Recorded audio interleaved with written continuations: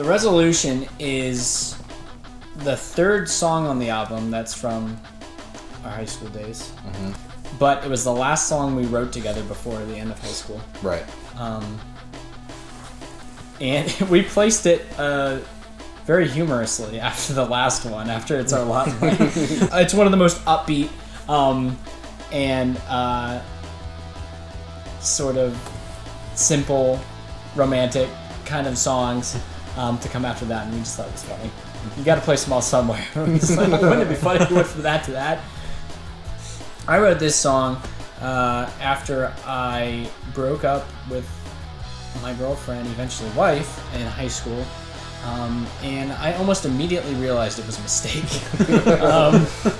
But you know, you I guess it's one of those things where you kind of own it for a while, but you know, very quickly I started writing this because it was just what I was feeling, and I wanted to be with her again. I knew I made a mistake.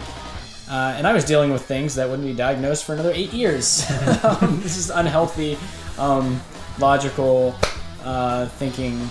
I remember we actually got back together the first night, the first variety show. That night was when I asked her to be back together, and then we ended up finishing this one, and we had it ready for the second variety show, the last variety show we played at our high school, in which Joe, our last bass player, wore a hot dog suit. Insert clip here.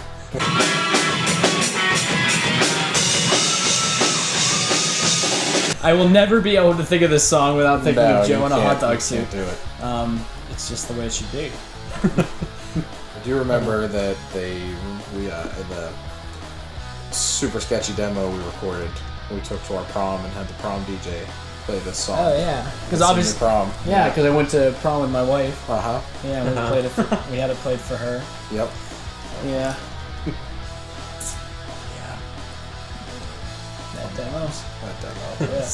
It's mostly the same. A lot of them, aside from Secret Thoughts, stayed mostly the same. The sound quality's changed a little bit. Significantly better. I remember like different kind of funny things about like the writing process that I don't even know if I've ever expressed. So I was going through multiple different phases when I wrote this. I was going through my Green Day phase, which isn't. I mean, I still listen to Green Day. Right.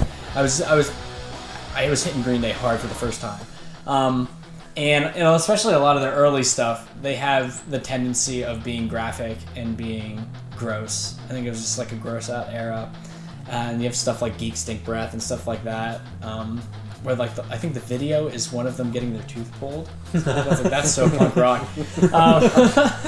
But in this song, I put in a line: "You suffer from a lack of blood, and the type you need is in me," or something like that. Now it just sounds like a weird vampire thing or something. I don't know, but I was trying to be like edgy, and it's like blood, like dead. I know it's stupid, but that's in there, and that's what it is. It was me trying to do like a punk rock Green Day thing. And then the other thing I think, it's so funny, I was listening to these bands, I was getting both into these bands at the same time. The other is Angels and Airwaves. Mm-hmm. And I put in the whole kind of phaser effect on the octave part. I thought that was so cool. And I thought that guitar part was like the main hook of the song. And people did come up to me like in high school and they were like, yeah, I like the part where it's like, yeah. And to a certain degree, it's like, oh, you didn't like the chorus, but on the other hand, it was just like, whenever we were recording it, we changed a couple things. Like, it used to just start off with a guitar, and then we tried, because it feels like a lot of songs start off with a guitar riff, and so it was just like, do something. Right. And so you come in with your kind of like drum roll thing.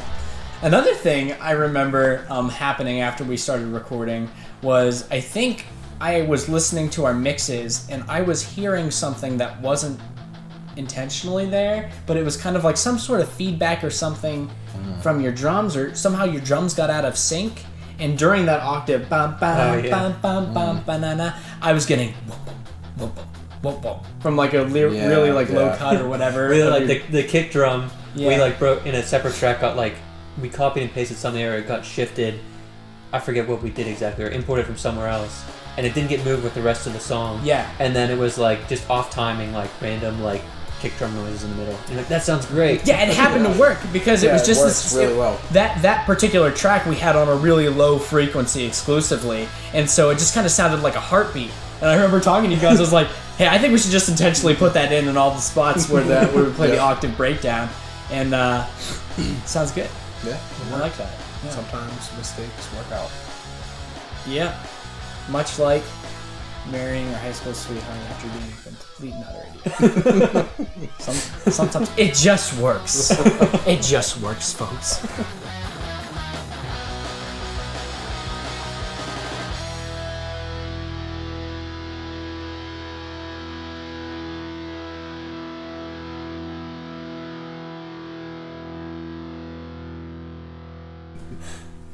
Do you want to be in the video? Oh, so be in the video? Yes. Do you want to say hello? Say hi. Say hello to the camera. Hey.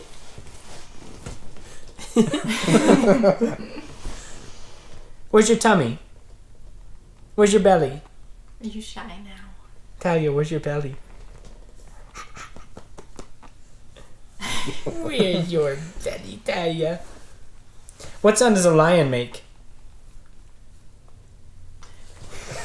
Camera shy. Talia, how do you feel about this song? Jesse Smollett, go.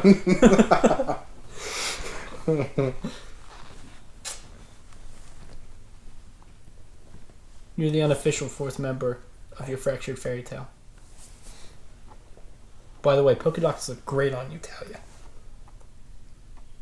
You got a little pig on your pajamas? On your belly? Is that your belly? Is there a pig on your belly? Yeah. Oh, you see the Green Ranger? I stand.